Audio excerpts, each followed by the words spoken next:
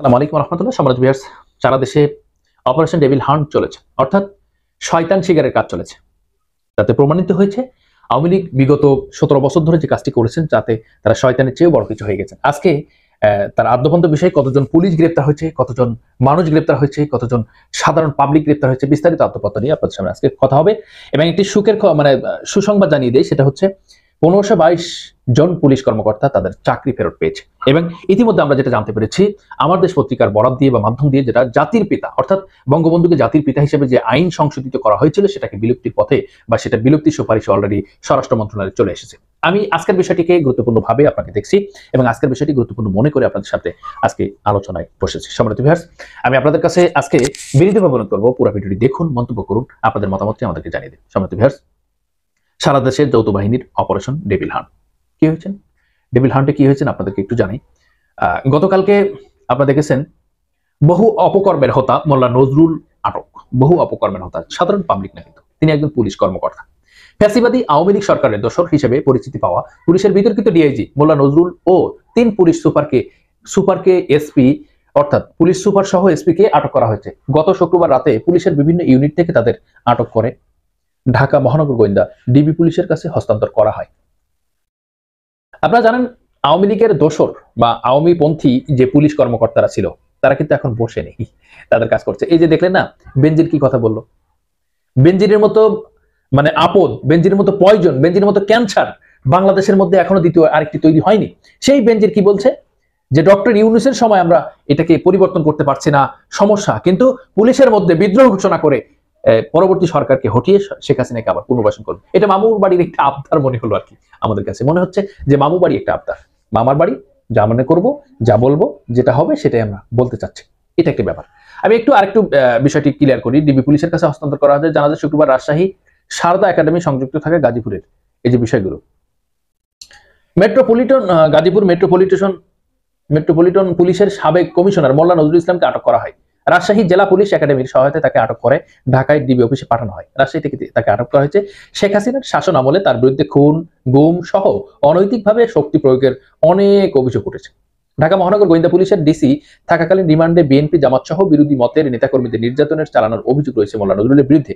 সাবেক স্বরাষ্ট্র মন্ত্রী আসাদুজ্জামান খান কামালের সঙ্গে তার সম্পর্ক থাকার কারণে ঊর্ধ্বতন পুলিশ কর্মকর্তারা তাকে সমীহ করে চলতেন। ব্যাপারটা বুঝতে পেরেছেন?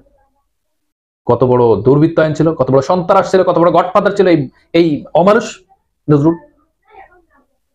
সাবেক স্বরাষ্ট্রমন্ত্রী আসাদুজ্জামান খান তার সাথে সম্পর্ক ভালো থাকার কারণে সকল পুলিশকে তিনি আঙ্গুল দিয়ে ঘুরাইতেন, চরকার মতো। কেন ঘুরাইতেন? তাকে সমীহ করে চলতে হতো, তাকে মেনে চলতে হতো, তার কথা শুনতে হতো, তার বিষয়গুলো জানতে হতো। এই হচ্ছে অবস্থা। জানা গেছে ভারতে পালিয়ে যাওয়া স্বরাষ্ট্রমন্ত্রী আসাদুজ্জামান কামালকে আব্বা বলে ডাকতেন। মানুষ স্বার্থপর হয়ে থাকে, মানুষ অধপতন ডেকে আনে, মানুষের বিবেচ্য দিয়েছে, কাণ্ডজ্ঞান দিয়েছে, যেটার উপরেই বিচার হবে আল্লাহ পাকের কাছে। ভাবতে খুব অবাক লাগে, একটা মানুষ অনিয়ম, দুর্নীতি, অনাচার, কদাচার, খুন, গুম করতে তার কি ব্যক্তিগত কোনো বিচার হবে না বলে কি তিনি ভেবে নিয়েছেন? আসাদুজ্জামান খান কামালকে আব্বা বলে ডাকলে কি সব পার পেয়ে যাবে?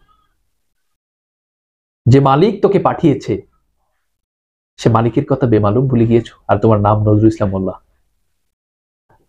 বাংলাদেশের ইতিহাসে নজরুল ইসলাম মোল্লা মানে আমরা বুঝতে পারি ধার্মিক মানুষ, ধর্মীয় অনুভূতির মানুষ, মুসলমানদের একটি গৌরবোজ্জ্বল মানুষ, এরকম একটু মনে হয়।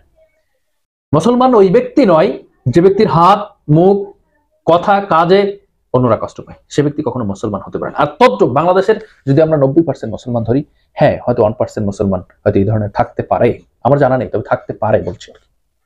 হচ্ছে বিষয়।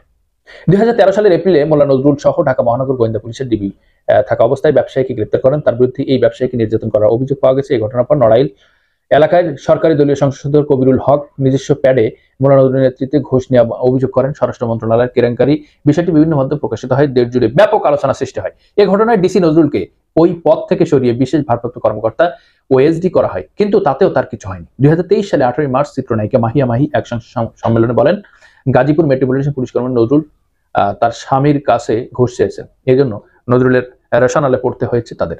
জয়পুরহাটে এসপি থাকাকালীন তার বিরুদ্ধে ব্যাপক চাঁদাবাজি অভিযোগ রয়েছে। এছাড়া রংপুর রেঞ্জে সংযুক্ত পুলিশ সুপার আব্দুল মান্নান ও আবুল হাসনাতকে আটক করে ডিবি পাঠায়।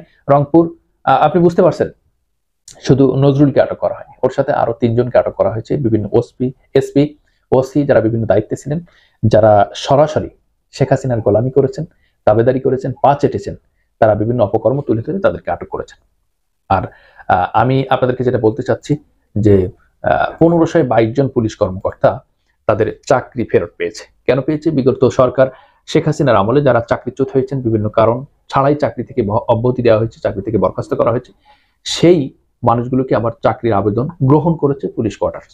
এরপরে আমরা আরেকটি বিষয় যেটা খেয়াল করেছি যে জাতির পিতা বিধান বিলুপ্তির সুপারিশ বিদ্যমান সংবিধানে, জাতির পিতা সংবিধান বিলুপ্তির সুপারিশ কাজ করছে সংবিধান সংস্কার কমিশন। একই সঙ্গে 72 সংবিধানে ফ্যাসিবাদের বীজ নিহিত থাকা এবং সংবিধানের মূল নীতি হিসেবে ধর্ম নিরপেক্ষতা, রাষ্ট্রে বিভক্তি ও বিভ্রান্তিকর সৃষ্টি করছে মন্তব্য করেছেন কমিশন। গতকাল শনিবার বিকালে প্রকাশিত সংবিধান সংস্কার কমিশনের সুপারিশ পূর্ণাঙ্গ প্রতিবেদনে এই মন্তব্য করা হয়।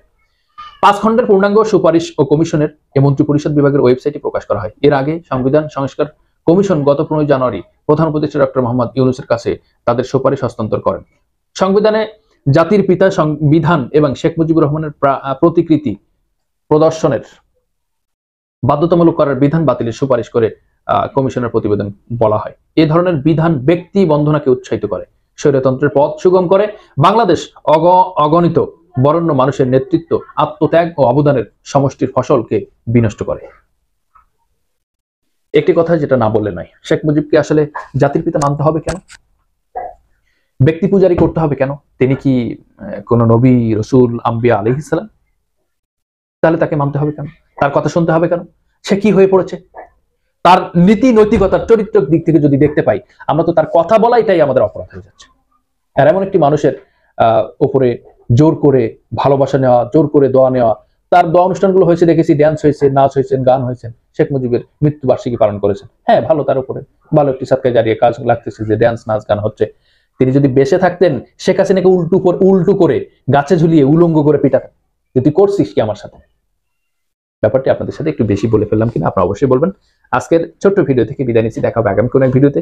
সে পর্যন্ত ভালো থাকুন, সুস্থ থাকুন, আল্লাহ হাফেজ। আজকের ভিডিও নিয়ে মন্তব্য করুন আমাদের কমেন্ট বক্সে। আসসালামু আলাইকুম ওয়া রাহমাতুল্লাহি।